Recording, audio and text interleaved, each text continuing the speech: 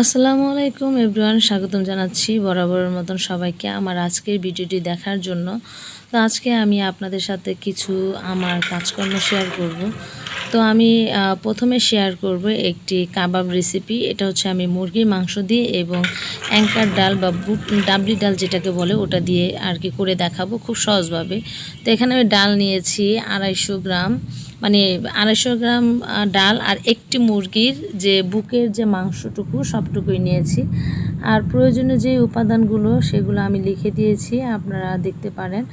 তো এইগুলো নিয়ে আমি প্রথমে এটাকে সিদ্ধ করতে দিব, আর সাথে নিয়ে নিব আমি রাঁধুনি যে কাবাব মশলাটা আছে সেটা থেকে 1.5 চামচের মতো আমি কাবাব মশলাটা এটার মধ্যে ঢেলে দিব। তারপর এটাকে আমি সিদ্ধ করতে দিব। তো এর পাশাপাশি আপনাদের সাথে কিছু কথা শেয়ার করছি, সেটা হচ্ছে সামনে যেহেতু কোরবানি ঈদ চলে আসছে, তো এখন এই ঈদে অনেকের সামর্থ্য আছে আবার অনেকের সামর্থ্য নেই।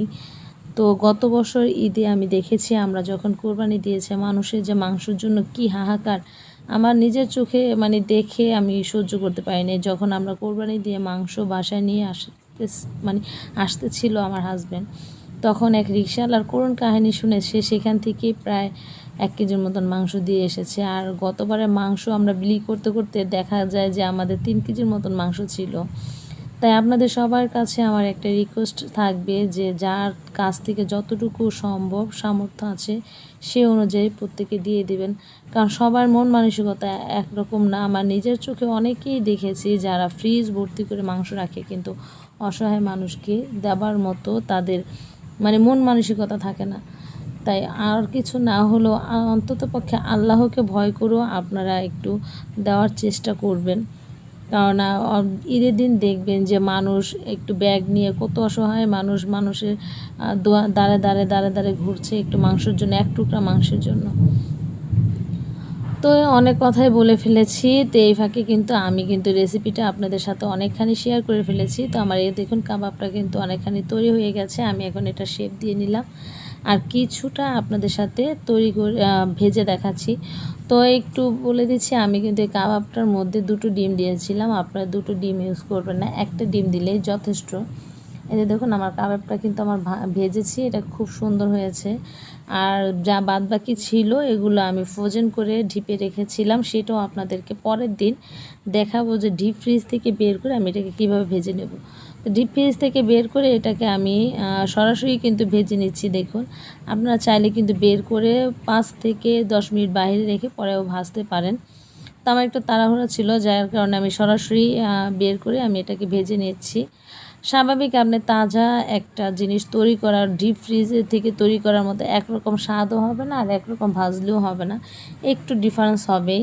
তো আমার আগের ভাজা কাবাবটা আর ডিপ ফ্রিজের ভাজাটার মধ্যে কিন্তু অনেকটাই পার্থক্য আছে। এখন দেখুন আমি কিন্তু খুব অল্প তেলে এটা ভাজছিলাম, শ্যালো ফ্রাই করছিলাম, বেশি মানে ডিপ তেলে এটা ভাজতে চাইনি। তো আমার এই কাবাবটা কিন্তু ভাজা শেষ। আর আমি কোরবানি ঈদের আগে আমার কিচেনটাকে একটু গুছিয়ে রাখার জন্য একটা কিচেন র্যাক তৈরি করেছি, সেটাও আপনাদের সাথে শেয়ার করলাম। এই যে দেখুন এখন আমার কিচেন র্যাকটা কিন্তু এখন বাজে রাত 9টার সময় আমার বাসা চলে এসেছে। আমি যেহেতু 6 তলায় থাকি, ওনারা 6 তলাতে এটা উঠিয়েছে অনেক কষ্ট করে।